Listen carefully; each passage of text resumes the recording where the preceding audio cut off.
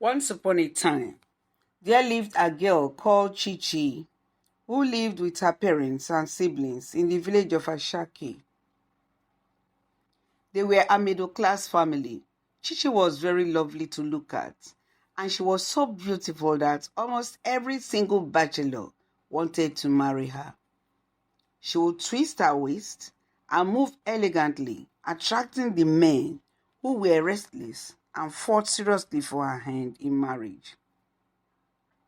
He brought gifts and many precious jewelries for her, and she accepted them. She accepted the gifts sent to her, but still refused to marry the men because she said they were not worthy of her hand in marriage. She told them boldly that they were not handsome and wealthy enough for her to marry. In another part of the world, there were different communities inhabited by entities who had only heads, another only hands, another again only legs, and another only bodies. In the kingdom of the heads, there arose the king who had heard the story of Chichi and became interested in her. He got to know that Chichi was feeling too big and pompous to accept anyone's hand in marriage. She wanted a rich, handsome, and young man. He decided to go for her hand in marriage by himself. He called his people together and all the heads assembled. He told them about the girl and said he was interested in marrying her. All the people in the kingdom accepted the decision of their king and supported him. But there was a problem. The king had no body parts except his head. The king had a bed that was magical and often used it for his missions. In presence of everyone, he asked the bed what he would do about it. And the bed advised him to borrow body parts along the way to the girl's village. This was unanimously agreed upon by all the heads. On the day he was set for the mission, he went to the community of bodies and borrowed a young body. He went to the community of hands and borrowed fine hands. He also went to the community of legs and borrowed legs. And finally, on his way to Chichi's village, he borrowed a nice and expensive car.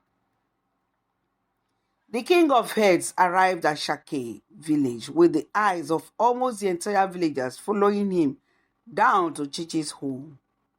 He was young, handsome, and rich. When he got to Chichi's home, as soon as she sighted him, she fell head over heels in love with him and immediately declared that that was the man she wanted to get married to. Everyone was excited that Chichi had finally found a suitor and a match, that she was lucky. It had all turned out well. She had finally found a man that had all she wanted: handsomeness, riches, and youthfulness. What more could she have wanted? Again, the villagers asked themselves enviously. Quickly, the marriage was conducted, and off the couple set out for the groom's home. On the way to the groom's home, they got to the community where he had borrowed the car, and he returned it. Chichi was shocked that they were now walking on foot. She asked her husband why it was so, and he replied that it was not his car, and he had to return it to the owner. She was confused. When they got to the community of legs, he returned the legs. And that was how Head returned every single part he had borrowed from the owners, until only the head was remaining. Chichi could not run or escape because her husband was very powerful. He was a powerful spiritual person, Head, and he could catch her if she attempted to run away. She felt doomed and sad at what she had caused for herself. They got to the king of heads community, and all the heads were very happy. that their king had succeeded in marrying the most beautiful girl they had ever seen. There was jubilation and merriment. Every day, Chichi tried to escape, and so the king of heads had to lock her in a room like a prisoner. He kept his powerful spiritual bed to watch over her so that she would not be able to escape. While they were thus living, one head called Ishi in the community started feeling sorry for Chichi, and he liked Chichi. He pitied her because she could not fit in with them, and she had no freedom to move about. Chichi always gave him food and things she did not need, and so he was very well fed because of her, and he lacked nothing. He started liking her and felt the need to save her. One day, when the bird was taken away to be fed by the king's men, Ishi rolled up to her and said, "Chichi, I know you've made a mistake by being too choosy when suitors were coming for your hand in marriage. But I can see you are a very kind person and would like to help you." "I'll be very grateful to you, Ishi, if you can help me," she replied. "But in what way are you going to help me?" she asked. "I will love to help you escape and return back to your village," Ishi said. "Oh, Ishi," Chichi exclaimed, "that would have been the best gift ever given to me in my lifetime. But I don't think you can." "I believe I can work something out, but it may take a while. It may take a little while," he said to her. "But how are you going to do that?" she asked Ishi, staring at the head. "In a few days from now, the king is planning to free you from this room. But in order to win his confidence, ask him for a favor," he advised. "When he asks you what you want, tell him to give you a piece of land to farm. Tell him you want to plant corns on the land, and when the corn is matured, I will tell you what to do with it." Chichi agreed, and that was exactly what she did when her husband freed her. Chichi planted corn on the land she had been given by the king, and it started to grow. It grew so well that within a short time, it was ready for harvesting. She did not know what to do with the produce. The farm was a very big one, and now that it was ready for harvesting, she did not even know what to do with it. She decided to wait for Ishi and seek for his advice. The opportunity came when the magical bird was taken again to be fed. Ishi went to see Chichi, and she had the opportunity to tell him about her corn.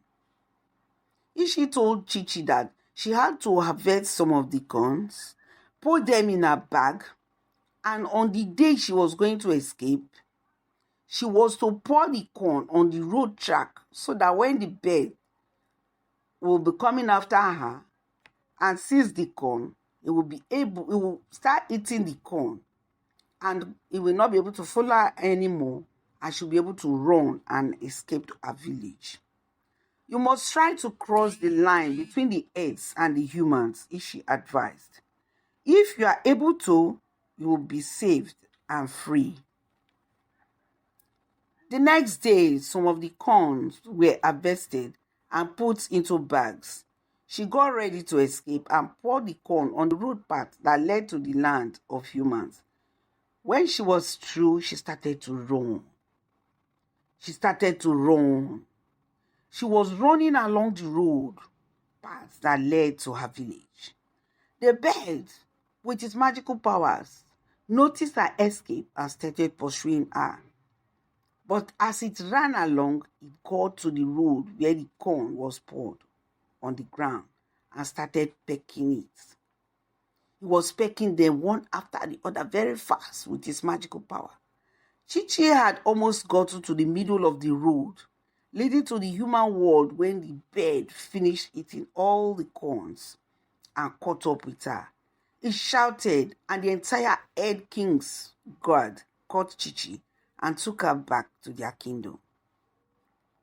The king was furious and warned her, "You can't run away from me. I've paid your dowry, and so you are my wife." He barked. "You are mine. I bought you with my own money, and you willingly agreed to it. I didn't force you, did I?" Chichi could not reply because she knew what he was saying was the truth. In life, if you are too choosy, you'll end up choosing the wrong thing, she thought, crying within her. "I've really made a big mistake, the greatest mistake in my entire life," she cried. The following week, she planned another escape with the help of Ishi.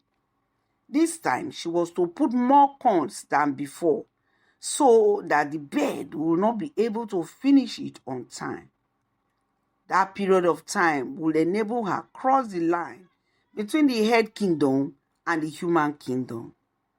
She put more corns on the road path, and when she was through, started to run homewards again.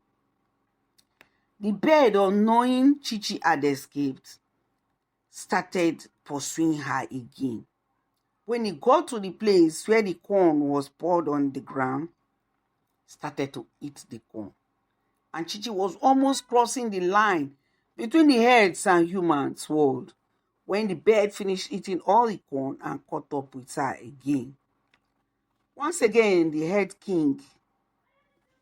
king's guard took her back to the kingdom. Her husband then warned her severely that if she dared try to escape again, he would cut off her legs, and then she would not be able to run away anymore because she belonged to him. Chichi became afraid and refused to run anymore. She refused to run away anymore. For if she did, her legs would be cut off. But Ishi told her to be courageous and run again. Ishi said that this time, their plan will not fail. He told her to empty the whole corn harvested from the farm on the road. And then the following week, she did as Ishi told her, and this time emptied all the corn harvested on the farm along the road path. And then she started to run as much as she could. And she was at the last bend to the line when the bird finished the corn and raised alarm. The bird and the guards were after her on high speed. She knew she had to run as fast as she could, otherwise her legs would be cut off if she was caught. She looked back and saw that they were upon her. As they stretched their hands to grab her, she crossed the line between the head's kingdom and the human kingdom. She did not wait to watch their faces, but ran as fast as she could. She could hear faintly their voices of regret and what they would have done. She raced all the way home and fell down at the front of their house, exhausted. Passers-by identified her and were shocked to see Chichi, the lovely Chichi, covered in dust and looking unkempt, falling to the ground. They looked at the proud and high-handed Chichi on the ground, and some exclaimed, "How are the mighty fallen?" She was held up and taken into the house. There, she told everyone present all that had happened. She explained what had happened from the first day of their journey to the last day of her escape from the Earth's kingdom. People had now gathered. They've heard the news and spread like wildfire, so people were turning out in large numbers. Everyone, including her parents, was shocked that such a thing actually existed in the world. Many of the girls were thankful they had no such traits in them and thanked the Creator for saving Chichi's life. Her parents' joy knew no bounds as they knelt down and thanked the Creator for saving their daughter's life. They had been where they were, eating and drinking, without knowing what their child was going through. Chichi said to her parents, "Papa, Mama, I will never be greedy and choosy in my life again. I prefer to marry a poor man that is a human being than to marry a rich man that I know not the true source of his income and wealth. I don't ever want to pass through this kind of experience again in my life. It is if a poor man comes along now for my hand in marriage, I'm ready to marry him. It was a narrow escape for the greedy Chichi, who learned her bitter lesson through all the things that happened.